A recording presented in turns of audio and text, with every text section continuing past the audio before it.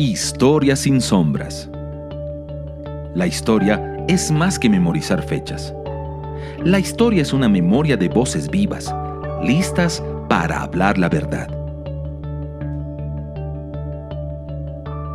Querigma Radio y Oikonomos te invitan a sumergirte en la historia revelada. Acompáñenos a remover velos en la historia sin sombras. Hola queridos amigos, una vez más sean bienvenidos a nuestro programa Historia sin Sombras. Es un programa en el que buscamos despertar nuestros oídos a mirar la historia con profundidad y con diferentes episodios, etapas, personajes que desde, muchos años atrás hasta la actualidad han tratado aún de modelar el destino de los diferentes países y ciudades. Me acompaña en esta ocasión Ángelo Palomino. Ángelo, es un gusto saludarte, como siempre. Así es, sin duda el gusto también es mío de poder compartir contigo y también con cada uno de nuestros auditores que semana a semana nos van acompañando en esta jornada, en estas sesiones, episodios de Historia sin Sombras. Hoy día creo que va a ser una jornada muy especial porque la temática realmente es muy, pero muy interesante. Así es, y justamente Ángelo, me gustaría que pudiese darnos una breve introducción de la entrevista que vamos a sostener para que desde ahí vamos directamente a la materia de hoy. Así es, en esta sesión de Historia sin Sombras, gracias a Radio Querigma, podremos sostener una entrevista junto a David Placer, un periodista venezolano, que escribió un libro muy interesante que se llama Los Brujos de Chávez, la magia como prolongación de la política. Y ya como de alguna forma deja entrever, ¿no es cierto?, este título, un poco lo que podemos rescatar, muy a modo de síntesis de esta entrevista. Podemos ver cómo, de alguna forma, el proyecto político bolivariano, socialista, está fuertemente influenciado por una carga espiritual, ocultista, vinculada a la brujería y a la santería particularmente cubana a través, por ejemplo, de personajes como los babalaos.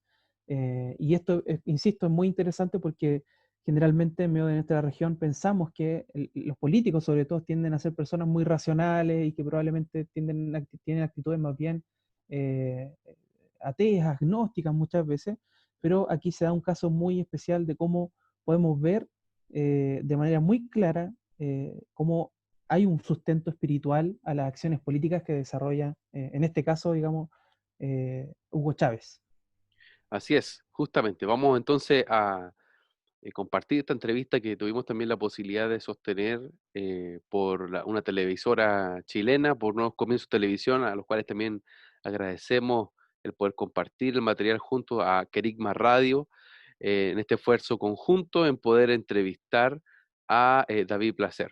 Así es que, sin más, los dejamos con esta entrevista.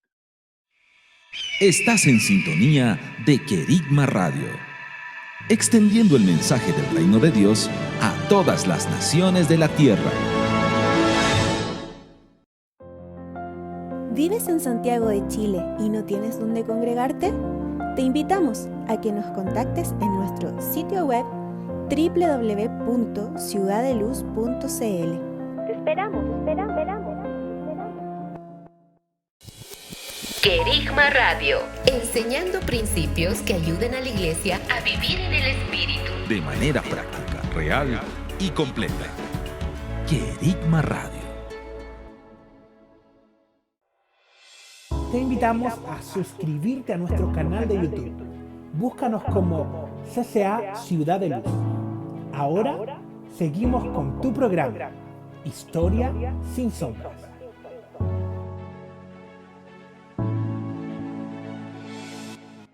¿Qué es la política? ¿Qué es el poder? ¿Cuáles son las múltiples dimensiones que están alrededor del poder? ¿Es posible alguna conexión espiritual o inclusive mágica como una prolongación de la política? Bueno, de eso y muchos de otros temas vamos a conversar hoy con un gran invitado. Para aprovechar el tiempo, quiero desde ya presentarlo. Va a estar hoy día conversando con nosotros un periodista galardonado, un bestseller, David Placer, nacido en Caracas, que desarrolló su trabajo principalmente en España, en Barcelona, donde incluso ha ganado premios por 2 grandes libros, principalmente, yo diría el más que ha traído más repercusión, Los brujos de Chávez, la magia como prolongación de la política, editado en el año 2015 por Sarrapia, pero también está en Amazon. Y su último libro, recientemente publicado el año 2019, El dictador y sus demonios, la secta de Nicolás Maduro que secuestró a Venezuela. David es máster en periodismo en la Universidad de Barcelona y también de la Universidad de Columbia de Nueva York, y además ha ganado, como les decía, en múltiples premios por sus trabajos de investigación. Personalmente, para mí, uno de los mejores periodistas de investigación de habla hispana. Sin más, quiero presentar a David. Muy bienvenido a Fuente Directa. Muchas gracias por aceptar esta invitación a conversar con nosotros. No, muchas gracias a ti, Javier. Gracias por esa elogiosa introducción. No, lo merece además. Creo que quienes hemos podido leer tus libros, hemos disfrutado del trabajo tan relevante que has hecho. O sea, un trabajo de campo. Solo para el libro Los brujos de Chávez, con más de 70 entrevistas, con investigaciones en diferentes países, creo que es un trabajo que es bastante meritorio. David, algo te comentaba antes y me gustaría comentarlo al aire con nuestros amigos. Me tocó conocer tu libro Los brujos de Chávez, justamente en Venezuela, en un viaje hace unos años atrás, donde me entregan, un amigo me regala el libro en un centro comercial, y de pronto aparece un señor de blanco a increparme por el libro que tenía. Yo dije, este libro de verdad debe ser muy bueno por las reacciones que está teniendo. Y bueno, y desde ahí no dejé de leerlo, donde tú de alguna forma te introduces en un tema bastante relevante, y ya lo dice el título, ¿cierto? Los brujos de Chávez, la magia como prolongación de la política. Si pudiese darnos a manera introductoria cómo llega a estos temas y cómo termina escribiendo este bestseller. Bueno, gracias, Javier. Supongo que esa persona que te increpó era un santero. Para la gente que no conozca, ese hombre vestido de blanco tal vez era un santero, y si Sí. te increpó con mucho ímpetu, probablemente era un santero chavista, ¿no? Que ya Claro. como muchos sabemos, la santería se ha convertido en una de las religiones oficiales, o en la religión oficial del chavismo. Bueno, fíjate, este trabajo, esta investigación, comienza en principio como un reportaje, porque yo, en un viaje de vacaciones que hago a Venezuela, a visitar a la familia que tenía allí en ese entonces, ya no tengo ni familia ni amigos que vivan en Venezuela. Prácticamente somos un país sin nación, vamos a decirlo así, ¿no? Somos casi todos unos parias, ¿no? 6 millones desperdigados por América Latina, por España y por Estados Unidos. Pero en ese momento iba a visitar a la familia, y una militar, un alto, de alto rango, que trabajaba en ese entonces en la Academia Militar, me comenta en una comida de esas que se celebraban en la Venezuela que ya no existe, de muchas horas, en un restaurante en Caracas. Me explicaba, bueno, sin sonrojarse, como si fuese algo muy natural, cómo ellos en la Academia Militar celebraban cada 4 de diciembre, que es el día de Santa Bárbara para los católicos, el día de Changó para los santeros, hacían una celebración pública desde el ministro de la Defensa hasta los altos cargos, ¿no? de cada estamento del ejército, de la aviación, de la Armada. Bueno, hacían sus ofrendas a Changó, a Santa Bárbara Changó. Entonces eso era una de las grandes fiestas con ofrendas públicas, se fumaban los tabacos, los santeros consultaban a la gente. Y cuando él me contaba cómo se celebraba este tipo de ritual en una institución militar, además con altos cargos militares, con el propio ministro de la Defensa presente y como testigo, yo digo, bueno, esta realidad que está sucediendo en el país, de la que tanto hemos escuchado, porque era un rumor persistente, constante, que tú escuchabas, pero bueno, tú decías, bueno, cuentos de caminos, ¿no? Rumores de pasillo, pero cuando lo escuchas ya de un exgobernador, de un exalcalde, de un militar en activo, es decir, personas muy distintas y con cuentos muy concretos, ¿no? Con experiencias muy concretas, dices, bueno, algo tiene que haber, algo de realidad, aunque sea de milimétrica, una milimétrica base de realidad, sobre todo lo que hemos escuchado tiene que haber, porque nosotros habíamos escuchado que Miraflores se mataban a leones, que Chávez se bañaba con sangre de animales, es decir, que era un presidente sumamente supersticioso que se había entregado a cualquier cantidad de ritos para sostenerse en el poder. Bueno, yo inicio esto como un reportaje en principio, pero me doy cuenta en la medida en que va avanzando la investigación y también el que termina siendo el editor del libro, un compañero periodista en Venezuela, que me guía en la investigación, que me acompaña, que me ayuda a hacer este trabajo, pues me dice que debe ser, ya adquiría tal entidad la investigación que me dice, no, esto no lo puedes matar en un simple reportaje, tienes que hacer un libro. Y así comienza la investigación de los brujos de Chávez, donde termino incluso infiltrado en el Palacio de Miraflores, en el Palacio Presidencial, para comprobar con mis propios ojos cómo el salón que se conoce como el Salón de la Brujería, ¿no? Oficialmente es el Salón de la Patria, así se le llama, pero extraoficialmente se conoce como el Salón de la Brujería, donde se hacen esos ritos, donde se hacen esas sesiones de espiritismo. Bueno, culmina con ese momento, ¿no? Cuando ya yo finalmente puedo entrar en el Palacio Presidencial de Miraflores y percatar con mis propios ojos que todos esos cuentos que me había contado aquel militar unos meses atrás eran ciertos. Tremendo, tremendo.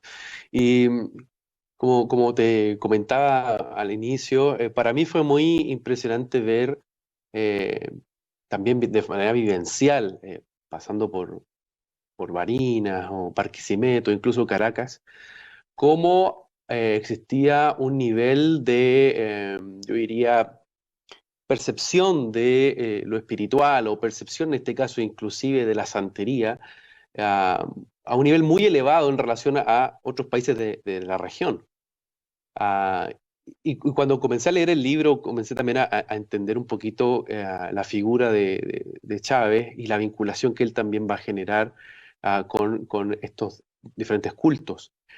He leído algunos trabajos como los de Ramonet y otros más que hablan de la biografía de Chávez, pero tú logras caracterizar un Chávez desconocido y un Chávez que tiene una beta muy profunda en relación a qué es lo que está pasando en sus percepciones, incluso en sus paradigmas o en una visión trascendente.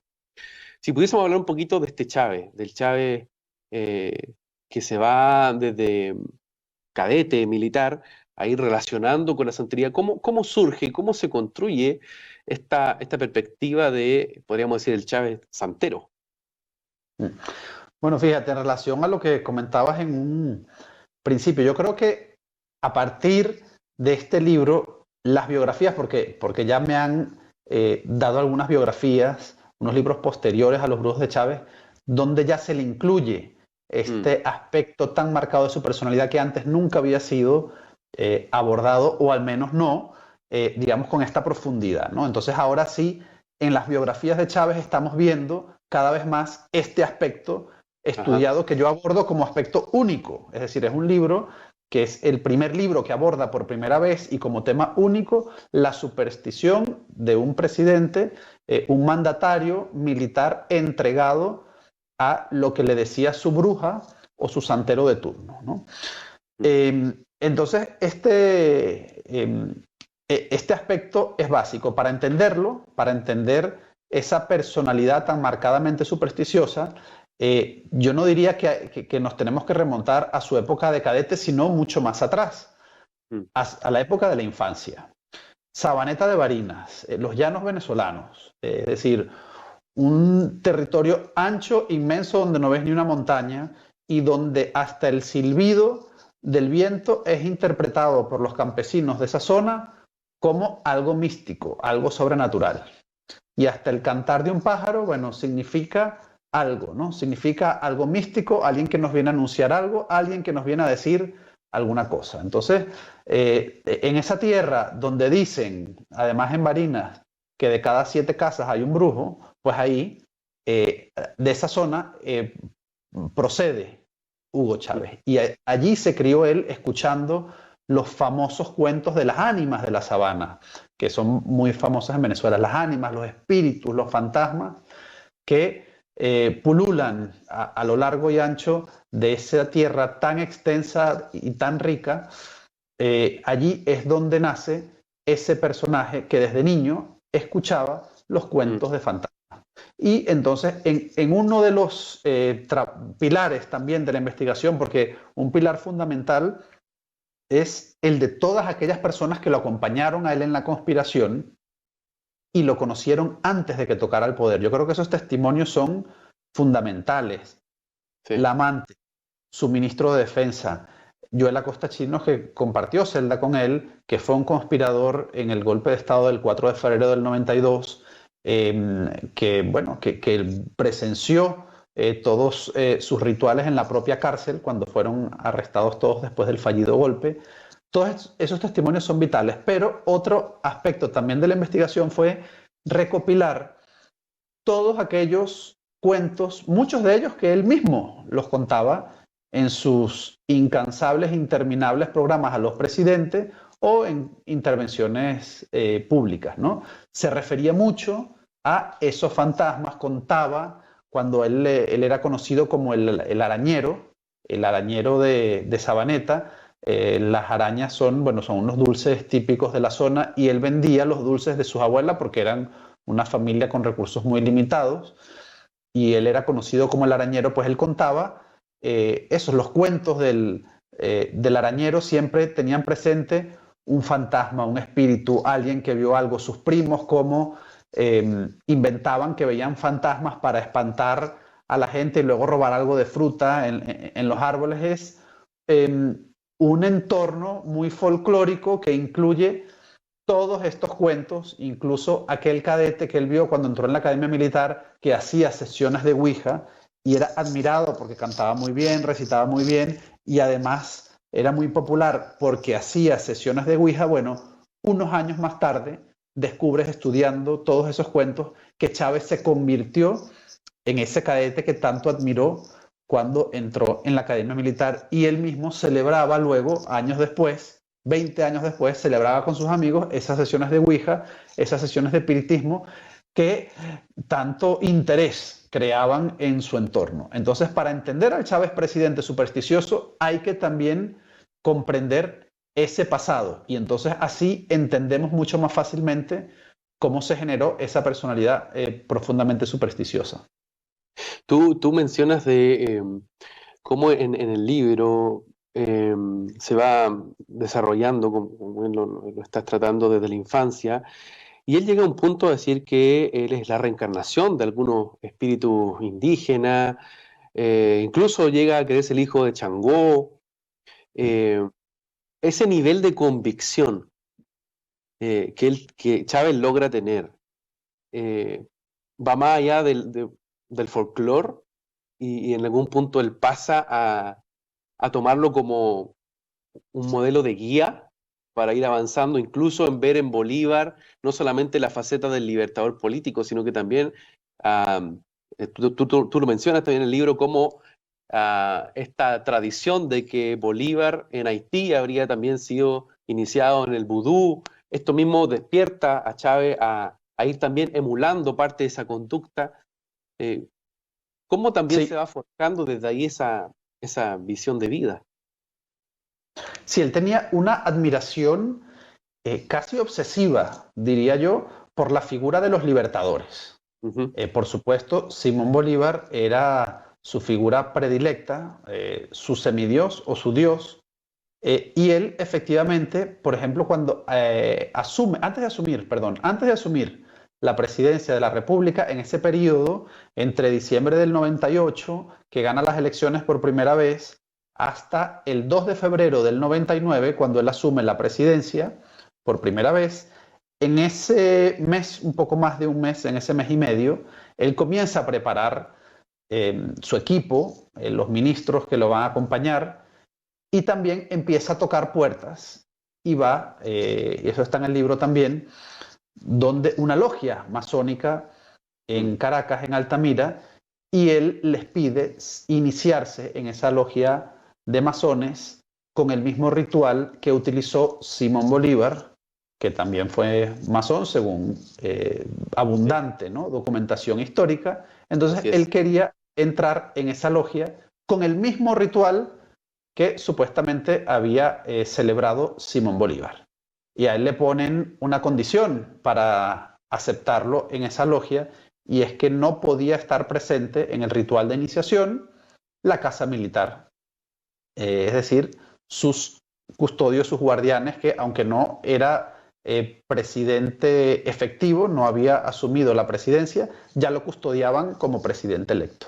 La casa militar no aceptó esa condición, no podían dejarlo solo, y él tuvo que tocar otras puertas, y entonces fue a la Logia Sol de América, que queda en el centro de Caracas, donde por cierto hay bastantes militares, bastantes dirigentes chavistas que pertenecen a esa logia, y allí se supone, y eso sí es un punto que no pude afinar con total precisión en la investigación, pero ahí se supone que sí lo aceptan en esa logia masónica, entonces entra en la masonería. El punto es importante porque refleja cómo él estaba obsesionado, era un hombre obsesionado por los rituales. Y fíjate que él quería ser un beisbolista profesional. Él quería jugar béisbol profesional en los Estados Unidos. Y cuando su familia decide que no es posible, que tiene que ingresar en la academia militar porque ya tenía que generar ingresos muy pronto, porque era una familia con escasos recursos,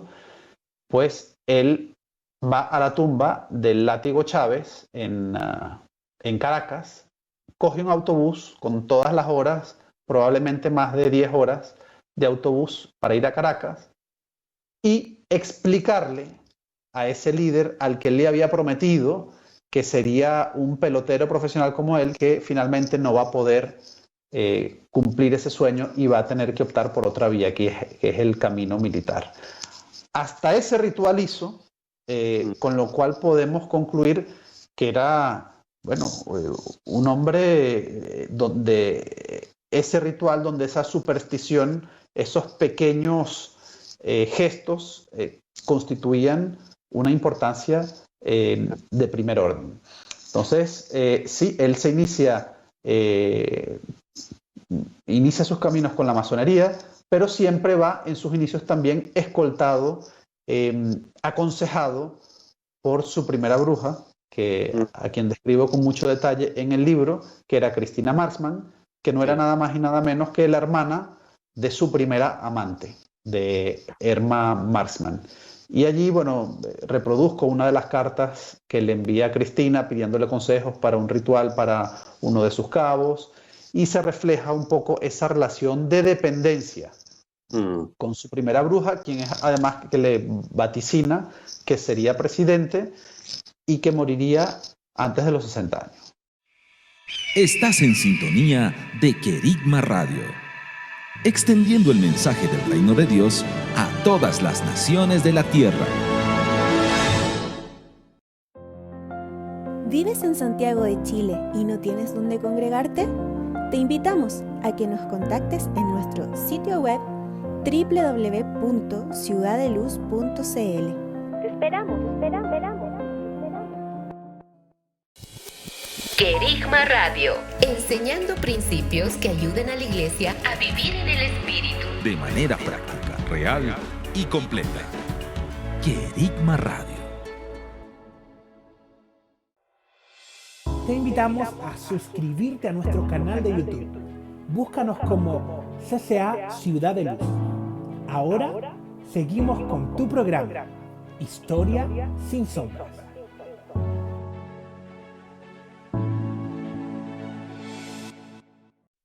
Me parece muy importante cómo se va generando esta proyección que él va haciendo de su propia vida en relación a lo que tú recientemente mencionabas, esa dependencia.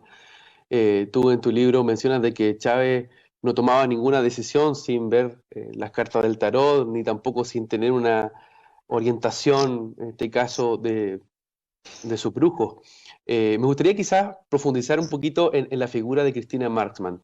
Como bien tú también lo señalabas, es es fundamental en la obra que tú desarrollaste, y sobre todo porque desde que él era un militar de bajo rango y hasta la proyección hasta cuando iba a morir, se lo vaticina, ¿no? ¿Qué rol cumple y cómo se da también esa vinculación con Cristina Marxman, al que él también quizás muchas veces negó cuando asumió el poder, y quien tampoco hubo un reconocimiento a esa bruja de cabecera, por así mencionarlo?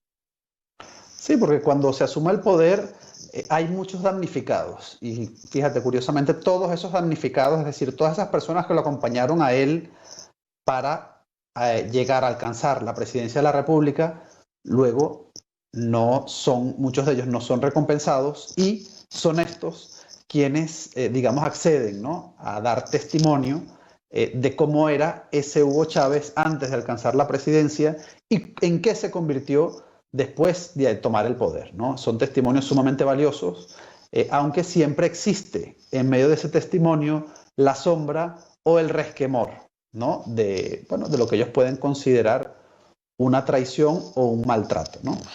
Y Cristina Marxman precisamente fue una de ellas. Era su hermana, ¿no? Él le decía hermana.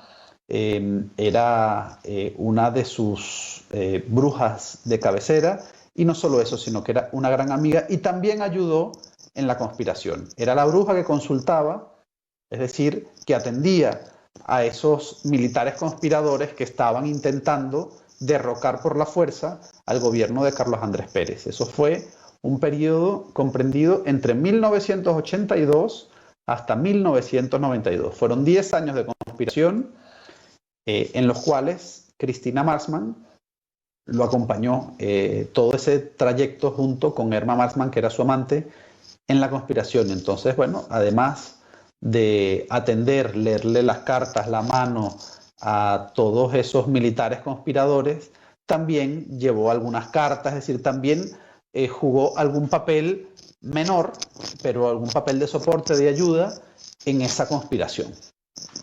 Sí, y me parece muy, muy importante mencionarlo porque acá vemos ese entrelazamiento, cómo se va relacionando las decisiones políticas con la consejería, entre comillas, espiritual. No es una cuestión menor, y creo que eso queda muy bien graficado en tu libro, de cómo Chávez no decía quizás por un proyecto de política pública o incluso de los asesores estrategas que tenga, sino que era muy importante para él lo que en este caso pudiesen aconsejar los brujos o incluso los rituales que él iba haciendo. Ahí quizás también se muestra una transición en dejar de lado esta figura de Marxman y tomar también ahora los babalaos cubanos, y aparece también la figura de Fidel cuando vemos ya a un Chávez mucho más empoderado. Me gustaría que pudiese también ahí comentarnos cómo se da también este relacionamiento entre la figura de Fidel Castro, Cuba, y los babalaos, también en la capacidad de decisión del gobierno venezolano a través de la figura de Chávez. Claro, y fíjate que llegas a un punto clave, creo yo, muy importante, porque este libro, aunque muchos creen que es un libro de superstición y de brujería, no deja de ser un libro político. Claro. Y leyendo ese libro, comprendes la trayectoria política de Hugo Chávez, que, siendo muy supersticioso, antes de alcanzar el poder, se consultaba con una bruja, con una vidente muy humilde, que bueno, ella vendía productos de Avon, productos de ropa en su propia casa, atendía, ¿no?, a algunos militares o algunos políticos o clientes de todo tipo allí en la cama de pino de su casa en la urbanización El Paraíso en Caracas. Y luego, una vez que alcanza la presidencia, esa bruja a la que corrió cuando lo delataban, porque él sufrió 3 delaciones durante la conspiración del golpe de Estado, cada vez que lo delataban y tenía que ir a interrogarse con el ministro de la Defensa o con cualquiera de sus altos cargos, pues él se dirigía rápidamente donde Cristina Marxman para que le dijera qué amuleto tenía que llevar o qué ritual tenía que hacer para que saliera exitoso de ese interrogatorio. Era una dependencia total. Una vez alcanza el poder, pues ya parece que esta bruja sencilla, humilde, que lo ha acompañado en ese trayecto tan difícil como es la conspiración, ya no le servía, ya no le era útil y comenzó a transitar otros caminos. Dicen sus allegados, entre ellos su ministro de la Defensa, su amigo también, que lo acompañó en esos años desde el 82 hasta el 92, Raúl Isaías Baduel, que hoy es preso político, por cierto, de Nicolás Maduro, defendió a Hugo Chávez y ahora es uno de los militares más castigados por la dictadura. Él confiesa que es Fidel Castro quien, viendo en él esa debilidad por todo lo que es la brujería, los rituales, por el espiritismo, bueno, por este mundo oculto, pues le siembra y lo convence en que los babalaos cubanos son los mejores del mundo y que pues le pondría allí un séquito de babalaos no solo para él, sino también para sus ayudantes, para sus ministros, para las personas que lo acompañaban. De modo que concluye este exministro de Defensa de Chávez, pero además es un testimonio que yo ya había corroborado por muchísimas otras fuentes. Este es el testimonio final, cuando dice que todos estos babalaos que le sembraron en los ministerios, en las alcaldías, en la presidencia de las empresas públicas importantes como Petróleos de Venezuela, tenían una doble función. Por un lado, la de ser consejeros espirituales de Chávez y de sus jerarcas, y por el otro, y que era el verdadero propósito, era que eran los espías de esos chavistas a los que estaban consultando. De modo que tejieron una red de espionaje con la que estos babalaos enviaban toda la información sensible a La Habana y conocían sus amantes, sus amistades, sus enemigos. Tejieron una fotografía exacta, perfecta, de cómo era el chavismo para así influenciarlos y manipularlos a través de estos supuestos consultores espirituales. Estamos en Fuente Directa con un gran invitado, David Placer, autor del libro Los Brujos de Chávez y también su último texto, El dictador y sus demonios, la secta de Nicolás Maduro que secuestró a Venezuela. David, creo que tal cual lo estamos viendo, el ejemplo que recién dabas, o sea, cómo los babalaos llegan a cumplir diferentes funciones a nivel, bueno, de espiritual, pero al mismo tiempo de inteligencia. Pero además de estar incorporado en el ejército, en diferentes ministerios, en empresas del Estado. Es decir, hay, por así decirlo, una estrategia de Cuba que incluso va más allá de lo espiritual. Tiene que ver también con una cuestión geopolítica. Tú llegas a decir de que Fidel vio esto como una estrategia también para lo que buscaron hace mucho tiempo, que era el petróleo venezolano. ¿Hasta qué punto esa relación de Fidel y también Chávez logra sostenerse con todo lo que va a pasar más adelante? Incluso una visión bastante paternal. ¿Lo vio como papá en algún minuto Chávez a Fidel? Yo creo que sí, tenía una profunda admiración por él, y Fidel evidentemente fue muy hábil al hacerle notar que él era prácticamente el elegido, ¿no?, para liderar una verdadera revolución en Venezuela. Recordemos los precedentes de Fidel Castro, y que en los años 60 intentó sembrar guerrilleros en Venezuela, que nunca esos movimientos subversivos prosperaron. Siempre lo intentó a lo largo de varios años. Finalmente, bueno, intenta mejores relaciones con el gobierno de Carlos Andrés Pérez y ya definitivamente ve en Hugo Chávez la persona ideal para infiltrarse en Venezuela y convertir a Cuba, a su país, en un parásito del nuestro. Es un objetivo que evidentemente logró con mucha astucia y bueno, con una claridad ¿no?, incuestionable hoy día.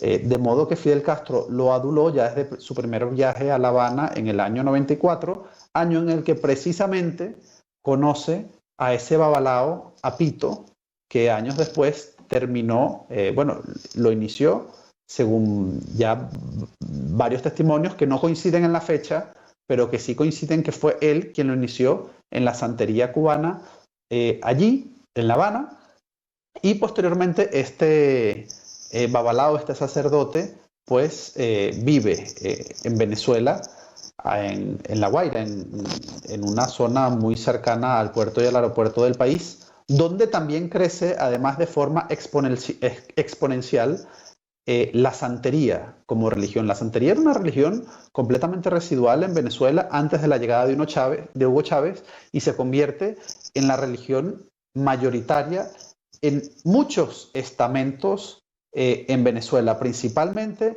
en el chavismo, en los barrios populares, en los sectores más desfavorecidos. Y tú ves allí en los barrios populares de Caracas cómo crecen estas tiendas donde te venden las figuras de la santería, de la palería, que es esa religión prima hermana de la santería, que además hace rituales con huesos humanos, es decir, una cosa tremenda.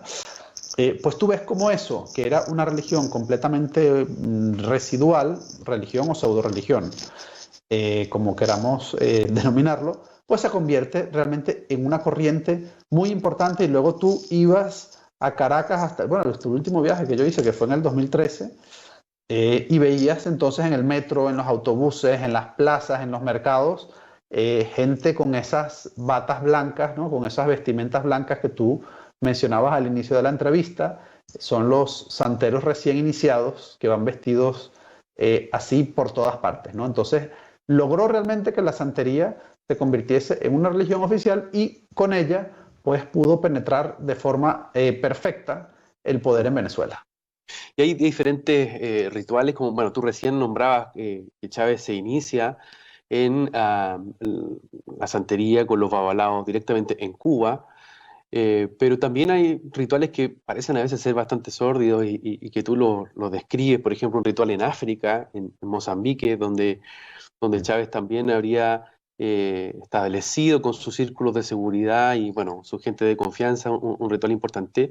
Pero hay uno que creo que marca también un precedente, porque lo vimos desde toda América Latina. O sea, no fue algo oculto como el que se dio en África quizá, y que tuvo que ver con los huesos de Bolívar.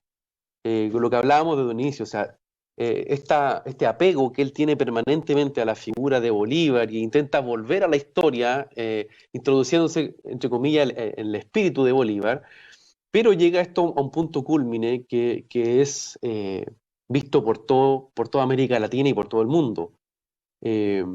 Tú mencionas de que directamente esto implicó una acción también simbólica, política, pero que al mismo tiempo era vinculada a un ritual santero. ¿Podrías profundizar en lo que significó también para Chávez y también para la Venezuela de ese periodo, ese ritual?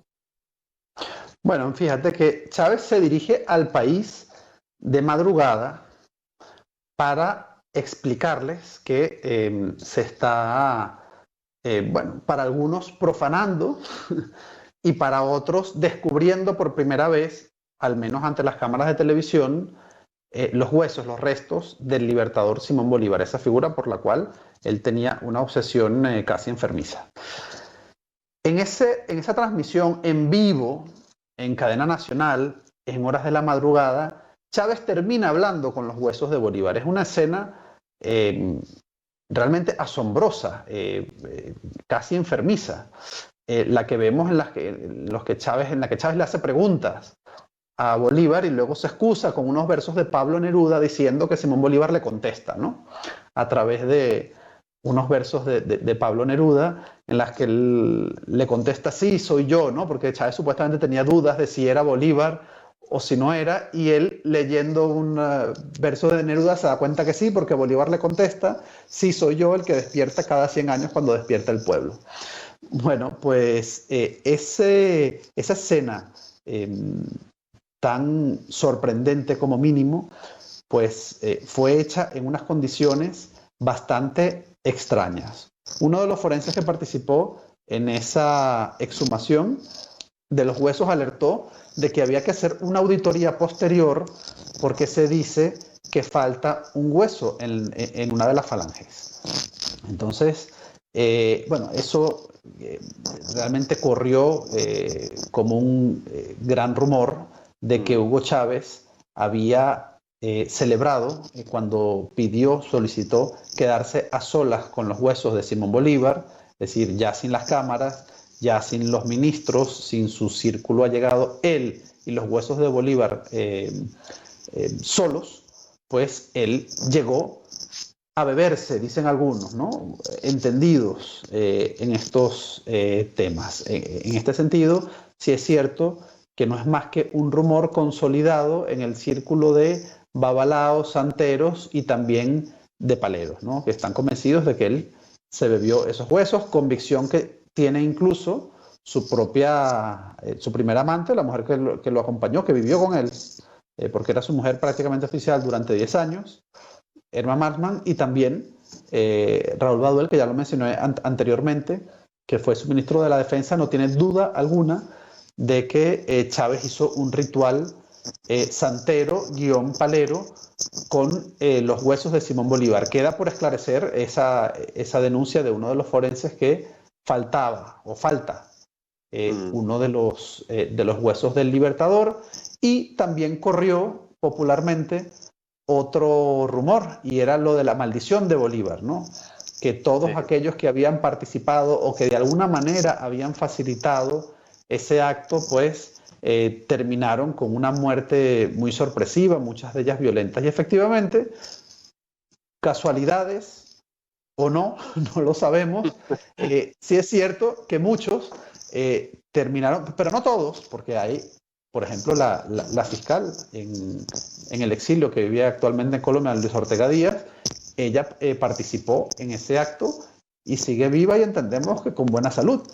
No ha sido así la suerte de otros líderes del chavismo, que desde ese momento hasta que murió Hugo Chávez en el 2013, pues en esos 2 años, 3 años, pues también sufrieron muertes violentas. Uno lo arrolló una riada. El cáncer fue motivo de muerte para varios, incluso también para Hugo Chávez. Bueno, como aquella supuesta maldición de Tutankamón, ¿no? Que supuestamente en el equipo arqueólogo, ¿no?, sufrió las maldiciones de Tutankamón. Bueno, algo parecido surgió con el tema de Simón Bolívar a raíz de este acto televisado tan inquietante. Quiero citarte. Hay un trozo que me parece muy bueno, porque tal cual tú lo mencionabas delante, no estamos hablando solo de una visión supersticiosa de Bolívar, perdón, de Chávez, mirando a Bolívar e incluso a otros personajes, sino que estamos hablando acá de cómo se articuló un gobierno que entendió la santería y la palería como un mecanismo de poder, y que tomó decisiones en base a eso. De hecho, te decía que te quería citar un extracto de lo que tú mencionas en tu libro. Dice: el Salón de la Patria es un lugar de culto y santería. Allí se encuentran todas las deidades, pero no están presentes en la forma en la que las conocemos tradicionalmente, sino de manera simbólica, para que nadie se dé cuenta. Por ejemplo, Yemayá, la diosa de los mares, está representada por un ancla, y no estoy hablando de una pintura ni de un cuadro. Sobre la pared reposa un ancla de un barco. Quiero decir que además Los Brujos de Chávez está muy bien escrito. El momento que uno lo va leyendo, va como entrando a esos lugares. Y muchas gracias. No, de verdad, está muy bien, muy buena prosa. Y de alguna forma, ese capítulo donde tú describes el Salón de la Patria, te muestra un poquito que ya esto trascendió a ese humilde barrio en el cual creció Chávez, sino que tienes instalado allí todo un santuario operativo, y en donde se dan también decisiones, incluso, según lo que tú mencionas en tu investigación, se hacen sesiones espiritistas.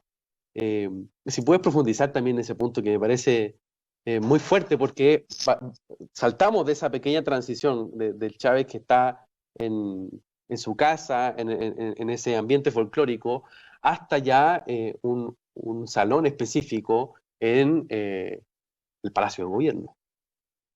Sí, y fíjate que uno de los primeros testimonios que yo entrevisto, un brujo santero, para más señas, que tenía como clientes a militares, chavistas, a gente muy cercana a Hugo Chávez.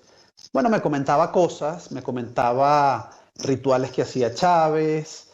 Bueno, fue una de las primeras entrevistas que yo hice, y era tan espectacular lo que contaba que yo me enfrenté a la primera dificultad obvia de la investigación, que es la siguiente: ¿hasta qué punto la palabra de un brujo puede tener credibilidad, y más para un trabajo periodístico?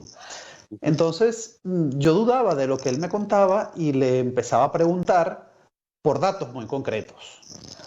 Entonces, una de las primeras cosas que él me menciona es precisamente el ancla, y me dice que ahí en Miraflores están todas las deidades de la santería cubana de una forma presentes, pero que pueden pasar inadvertidas para quienes no profesan esa religión o esa creencia.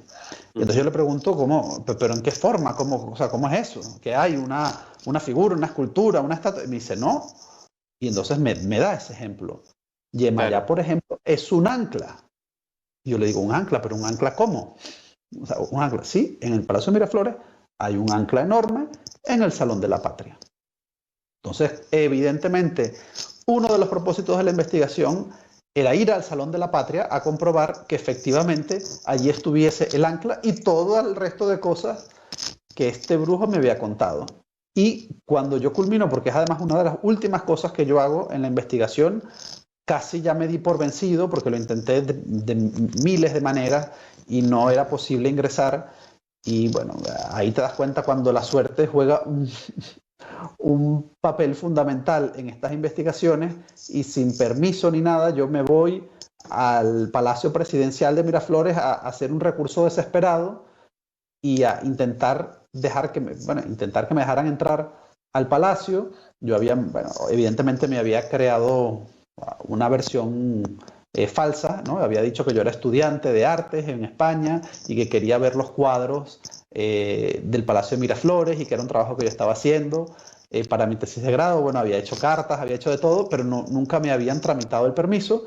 Y sin nada de eso, yo voy, pido que por favor me dejen entrar, que me tengo que ir a España, les enseño el billete de vuelta y bueno, como por arte de magia, esa mujer, me acuerdo, una soldado no tendría ni 20 años, sin hacerme ninguna pregunta. Además, había una cola enorme, tremenda, de gente que pedía casa, de gente que pedía todo tipo de ayuda allí, que llevaban días durmiendo, y a mí me deja pasar, mientras toda esa gente estaba esperando.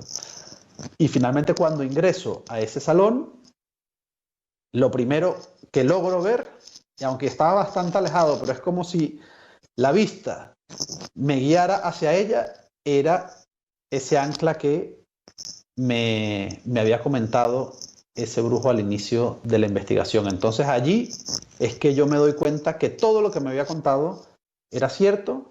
Inspecciono todo el salón, todos los detalles que me habían dicho eran reales y por tanto, evidentemente, doy casi total credibilidad a todo lo que me había contado en ese momento. Pero bueno, no fue una entrevista que hice, fueron, como dijiste, más de 70, pero logré corroborar que no eran inventos. Allí está, por ejemplo, el testimonio impreso a puño y letra de Nicolás Maduro Guerra, el hijo de Nicolás Maduro, como él describe, que bueno, allí él vive prácticamente una experiencia religiosa y los espíritus de los libertadores entran en él, y allí los custodios me comentaban, sí, pero sin ningún tipo de pudor. Yo nunca me imaginé eso. Ajá. Sin ningún tipo de pudor, como algo muy normal, que efectivamente allí se hacían sesiones de espiritismo y allí bajaban los espíritus de los libertadores y que habían pasado cosas sumamente extrañas, de gente desmayada, de que ahí había una energía sobrenatural.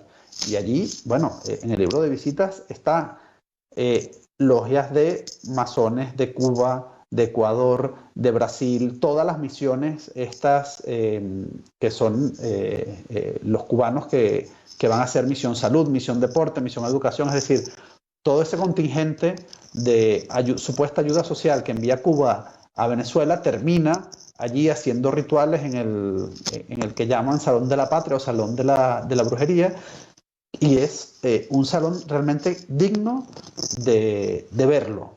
Porque allí ves la cabeza de un caimán, entonces los pétalos de flores y miel sobre la espada de Simón Bolívar para supuestamente endulzar al espíritu de Simón Bolívar, y ves todos esos elementos extrañísimos, ladrillos por el suelo, pero no son ladrillos que cayeron ni que están mal arrimados, no, forman parte de todo ese escenario de santería abiertamente y a la vista de todos.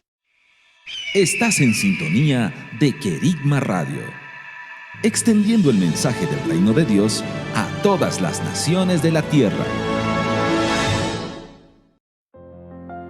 ¿Vives en Santiago de Chile y no tienes dónde congregarte?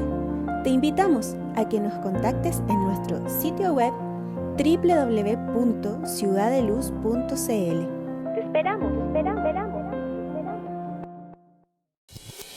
Querigma Radio, enseñando principios que ayuden a la iglesia a vivir en el Espíritu. De manera práctica, real y completa. Querigma Radio. Te invitamos a suscribirte a nuestro canal de YouTube. Búscanos como CCA Ciudad de Luz. Ahora seguimos con tu programa, Historia sin Sombras.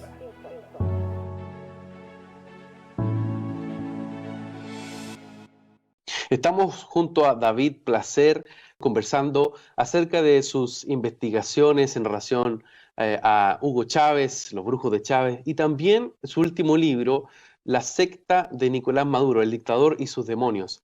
Y así ya que me gustaría que pudiésemos conversar, se nos está viendo rápido el tiempo, pero no quiero dejar de conversar acerca de esta última investigación que tú publicaste el año pasado en relación a la figura de Nicolás Maduro.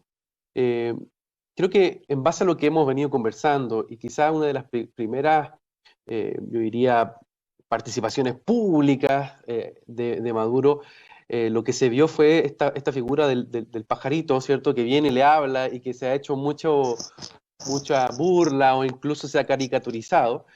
Pero en relación a lo que estamos hablando, quizás también habría que leerlo en esa perspectiva, y creo que tú también ahí lo vas profundizando en tu texto.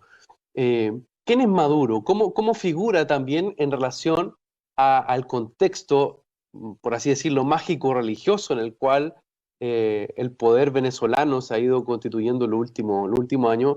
Y bueno, ¿cómo también desde ahí tú te vas a introducir a avanzar en lo que tú denominas la secta de Nicolás Maduro?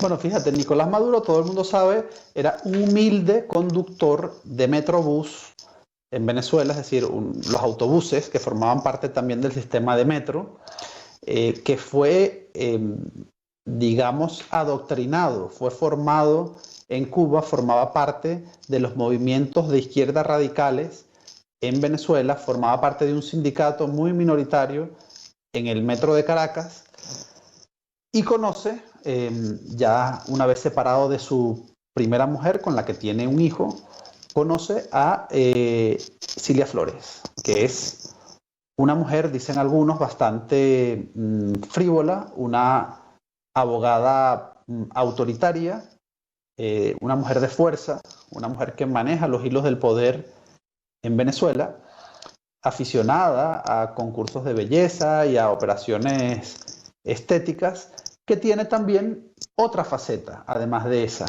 y es la faceta de que es una fiel seguidora, una fiel devota de Sai Baba, ese supuesto líder espiritual que vivió en la India hasta 2011, cuando murió, que decía ser la reencarnación de Dios en la tierra. Y este movimiento que logró reunir a más de 6 millones de devotos en todo el mundo, curiosamente, muchos de ellos en América Latina proceden de Venezuela y de Argentina, y no es casual que 2 de las ayudantes personales de Sai Baba en un principio eran de Venezuela y de Argentina. Ellas regresaron a sus países después de haberlo conocido, de haber trabajado con él, fundaron esos movimientos en Venezuela y en Argentina, y creció esa corriente espiritual de adoración a ese Dios viviente, al Dios sobre la tierra, que finalmente, bueno, descubrimos, cualquiera podía descubrir, pero bueno, que realmente era un gran timador, un gran farsante. No quiero con esto ofender, por supuesto, a esa gente. Creo que muchos de ellos, gente de bien, que a lo mejor ingenuamente claro, creyeron en este ídolo, porque realmente me trataron maravillosamente. Yo fui a Puttaparthi al pueblo de Saibaba. Allá han construido una industria religiosa insólita. Todo el pueblo vive de esos turistas espirituales que van allí a rendirle, a rendirle culto a Saibaba. Entonces resulta que Cilia Flores es una fiel seguidora de Saibaba y logra que Nicolás Maduro también lo sea. No solo eso, sino que también, curiosamente, muchos de sus ministros, o buena parte de sus ministros, incluyendo el de Educación, el actual canciller, el ministro de Relaciones Exteriores, que no solo era devoto, sino que vivió en el ashram de Saibaba durante varios meses, su ministra de Asuntos Penitenciarios, considerada por la mayor parte de la oposición como una gran delincuente, en Venezuela, dicho también por la fiscal en el exilio y parte del chavismo disidente, una mujer que controla el negocio de la delincuencia, de la criminalidad, del AMPA en Venezuela. Pues mira, curiosamente también viajó allí al ashram de Saibaba. Todos buscaban paz y amor, construir un territorio de verdad, rectitud, paz, amor y no violencia, que son los 5 principios básicos de ese movimiento, y lo que terminaron construyendo en Venezuela fue exactamente lo contrario. Las prisiones más terribles, las peores persecuciones y torturas, el espionaje más despiadado contra el enemigo, contra el disidente, se produce en Venezuela precisamente bajo los ministerios de esas personas que fueron allí a buscar la paz espiritual. Luego, cuando Saibaba murió, bueno, se descubrió que tenía lingotes de oro, enormes riquezas, había defraudado Hacienda, ocurrieron asesinatos muy sospechosos dentro del recinto de Saibaba, desaparecían cadáveres y aparecían en el río, que hoy por cierto está seco, y es un movimiento sumamente oscuro que bueno, guarda ciertas similitudes con esa secta en la que también se ha convertido el chavismo. Cuando yo hablo de secta, la secta de Nicolás Maduro tiene un doble sentido. Por un lado, su secta religiosa, y por el otro, la secta que en sí misma, en la que en sí misma se ha convertido el chavismo. Una secta donde no se puede cuestionar al máximo líder porque terminas preso o muerto. Y de alguna forma tú también lo muestras de manera bastante evidente. Muy bueno el capítulo, y no quiero hacer spoiler, pero el capítulo de seis chavistas con Saibaba y un traidor inesperado, se muestra, ¿cierto?, cómo se van dando esas dinámicas sectarias en ambos sentidos, dentro de la lógica del poder que hoy día también tiene el gobierno venezolano, y como tú lo señalabas, el propio canciller Arreaza fue parte de esta corriente religiosa de manera bien profunda.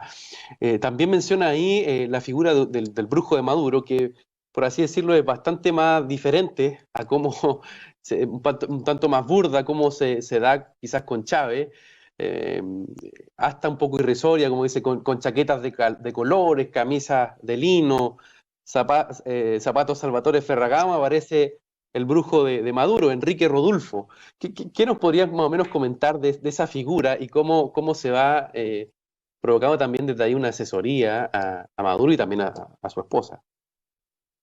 Bueno, sí, es una figura inquietante también, una figura pintoresca, la de Enrique Rodulfo, que vive en una zona muy pudiente, adinerada, en Miami. Él, en los años 80, finales de los 80, principios de los 90, él comenzó con un programa de televisión, comenzó a producir, de hecho él se hace más o menos conocido en la zona por un programa que se llamaba La Línea Psíquica de Celia Cruz, que era un programa comercial que llevaba el nombre de Celia Cruz, pero en el que no aparecía Celia Cruz, sino que aparecía él, digamos, vaticinando cosas a personalidades, artistas, cantantes, gente más o menos conocida. Y bueno, muchos de los que estuvieron en este programa me confesaron, si fuese de otra manera, si hubiese sido de otra manera, perdón, lo hubiese dicho, pero ellos me comentaban que realmente creían que era un farsante y que él simplemente investigaba a los personajes que iban a ir a su programa con anterioridad para luego supuestamente vaticinarle cosas que ya la gente sabía o su círculo íntimo sabía que él había de alguna forma extraído, ¿no? de esos amigos y intentaba sorprenderlos en ese programa de televisión. Él es devoto también de Saibaba, es quien organiza el viaje de Nicolás Maduro a Venezuela, el que ora porque Nicolás Maduro permanezca en la presidencia de la República. Su hijo fue una persona muy importante en el consulado de Venezuela en Miami. Allí también tenían su altar, por supuesto, de Saibaba. Curiosamente, su hija trabajó para CNN, fíjate qué curioso. Fue lo que llamamos en España becaria, o en Venezuela se dice pasante, ¿no? Claro. No sé cómo se dirá en Chile, ¿no? Sí, becario. Becario. Trabajó como becaria en CNN, en el programa de Ismael Cala, por cierto.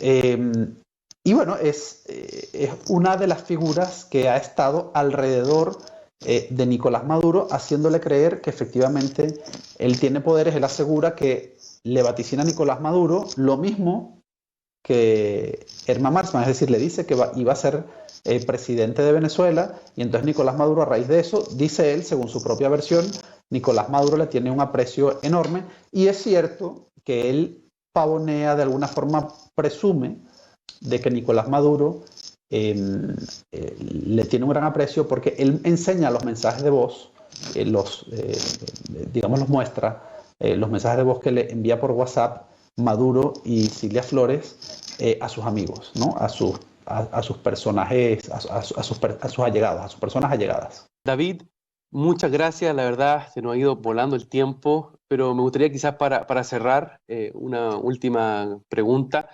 ¿Qué es lo que tú ves como un futuro próximo a Venezuela en relación también a cómo se fue articulando, no solamente, y según lo que conversamos, un cambio de régimen o de modelo en términos económicos y políticos, sino que también acá vemos cómo hubo una transformación cultural, cómo también hubo una red de poder que funcionó con diferentes códigos, y dentro de esos códigos también la santería, los sectarismos, inclusive también estos fenómenos vinculados a conexiones internacionales, tanto con Cuba o incluso con otros santuarios en Oriente.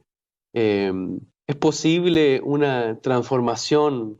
¿Y cómo lo ves tú? Quizás la pregunta es demasiado amplia, pero también creo que es importante conocer tu opinión al respecto de cómo avanzar hacia una transformación en Venezuela a partir de un modelo o un cambio cultural, no solo político, que se ha vivido en los últimos, por lo menos, 20 años. Sí, no sé si te refieres a transformación espiritual o dentro de cultural. Me refiero a lo cultural y cómo también en este caso lo religioso, que se quedó tan anclado, ¿cómo lo ves tú en esa perspectiva? ¿Va a seguir presente? ¿Se instaló ya en Venezuela? Yo creo que cada vez soy más pesimista en cuanto al diagnóstico de la situación venezolana, porque los hechos nos hacen que seamos muy poco optimistas. Cada vez que una dictadura tan férrea, tan dura como esta, se instala año a año en el poder, se afianza, pues evidentemente las dificultades para combatirla, para eliminarla, son mucho mayores.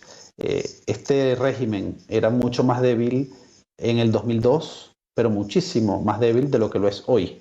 Un régimen que prácticamente no tiene oposición, toda la dirigencia opositora está en el exilio, en la que se fabrica partidos políticos opositores. Ellos deciden quiénes van a ser sus adversarios, que no son otros que dirigentes políticos plegados al chavismo, es decir, ellos infiltran de forma muy hábil a chavistas disfrazados de opositores para luego entregarles vía Tribunal Supremo de Justicia la dirigencia de esos partidos, cosa que ha ocurrido estos días. Hace 2-3 días han despojado a Acción Democrática y a Primero Justicia, dos partidos históricos en Venezuela, de su dirigencia, y se lo han entregado, por supuesto, a políticos cuya sospecha que están aliados, que son cómplices, que son espías del chavismo, son bastante notorias y evidentes.